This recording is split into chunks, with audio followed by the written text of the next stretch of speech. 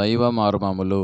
సహోదరు భక్సింగ్ గారి అనుభవంలో దేవుడు తనకు బయలుపరిచిన మర్మములను అనుదినము పంచుకొనుట.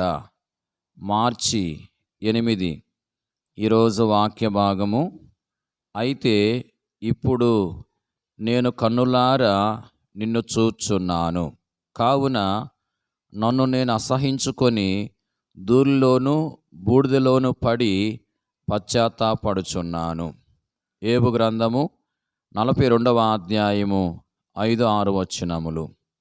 మరియా బాహ్యముగా దీనముగా ఉండేడిది. ప్రభువు వారింటికి రాగానే ఆమె ఆయన పాదముల యొద్ద కూర్చుండేడిది. ఆమె దేవుని వాక్యము కొరకు ఎంతో ఆకలి కలిగి ఉండెను. అయితే యోహాను సువార్త 11వ అధ్యాయము 20వ వచనములో వ్రాయబడినట్లుగా ఆమె చాలా గర్విష్ఠురాలు.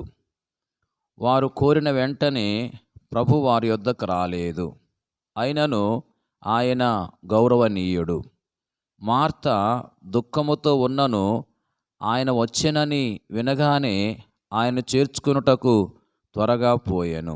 అయితే మరియ ఏడ్చుచు ఇంటిలోనే కూర్చుండెను.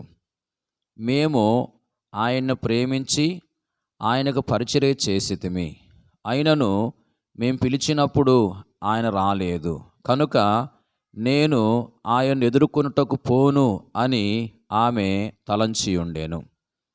ఆమె ఆయన యొద్దకు పోయి ఆయన్ను గౌరవింపనొల్లనంత గర్విష్ఠురాలు కనుక మొదటిగా వారి నిజస్థితిని వారికి తేటగా చూపించుటకై మన ప్రభువు బేతనియాకు వెళ్ళి ఉండెను.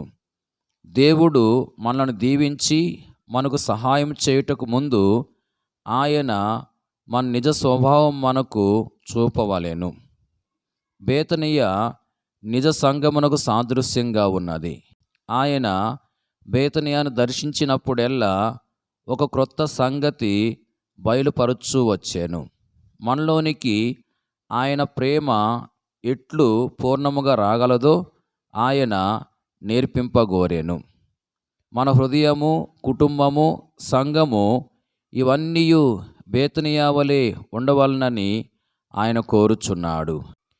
అట్లుండుట వలన జయ జీవితము జీవించి ఆనందకరమైన గృహములుగాను సజీవ సంఘములుగాను ఉండవలనని మన ప్రభు కోరుచున్నాడు.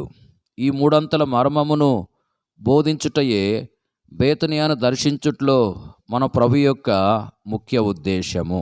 Praise the lord.